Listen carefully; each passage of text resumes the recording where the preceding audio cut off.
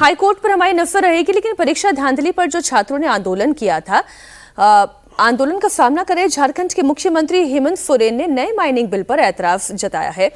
इसके खिलाफ बहुत बड़े आंदोलन की चेतावनी दी है। हेमंत सोरेन ने राष्ट्रपति और प्रधानमंत्री को चिट्ठी लिखकर इस बिल पर दोबारा विचार करने की अपील की है।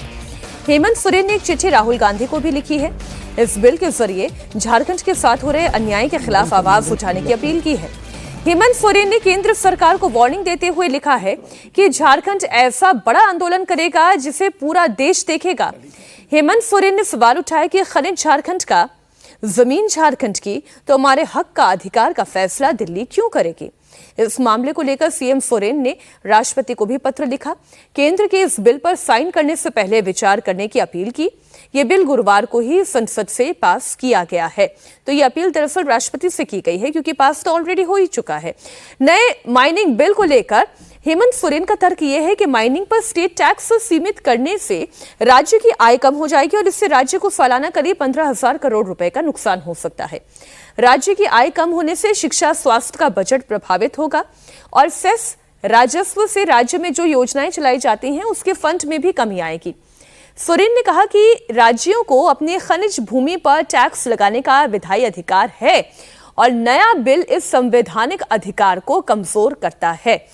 तो एक प्रदर्शन वैसे ही चल रहा है, उस प्रदर्शन के ऊपर दूसरा प्रदर्शन हावी करने की तैयारी है, जो हेमंत सोरेन सरकार कह रही है। देखिए, ये बिल पास हो चुका है और जहां तक इसमें देखिए, लेकिन अगर झारखंड सरकार के नजरिए से देखिए तो ये तर्क संगत है। कारण ये है कि ये अभी की बात नहीं है।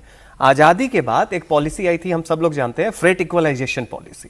उसमें क्या था कि जो मध्य भारत, उत्तर भारत, पूर्वी भारत, ये जो खनिज संपदा वाले राज्य थे लेकिन तटीय राज्य नहीं थे, तो यहाँ के खनिज को, खासकर कोयले को, बाकी आयरन ओर्स को, सबको ये कहा गया कि राज्य के बाकी, देश के बाकी जगह भी उसी रेट पे मिलेंगे। तो होगा क्या कि अगर मुझे कोई इंडस्ट्री एस्टेब्लिश करनी है तो हम तो तटीय इलाके में जाएंगे ना, क्योंकि इंसेंटिव मेरा होता कि खनिज अगर सस्ता मिल रहा है तो हम उन जगह पे जाके एस्टेब्लिश करते।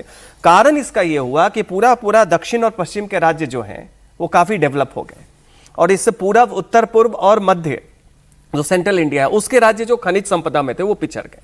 तो ये नीति, अब ये बिल पास हो चुका है, केंद्र सरकार की अपनी रेशनलाइजेशन है, लेकिन अगर आप ऐतिहासिक तौर पे आजादी के बाद भारत के पूर्वी राज्य और उत्तरी और मध्य राज्यों के हिसाब से देखिए तो उनका हमेशा इस पे घाटा होता है और उसके बाद माइग्रेशन जो होता है इन राज्यों से पश्चिम और दक्षिण राज्यों की तरफ होता है। तो ये एक तर्क संगत डिमांड है, लेकिन एकदम सही समय पर उनके हाथ में ये मसला आया है। बिल्कुल, उस समय डाइवर्ट करने के लिए वो एक पॉलिटिकल पहलू है। बिल्कुल आप सही कह रही हैं।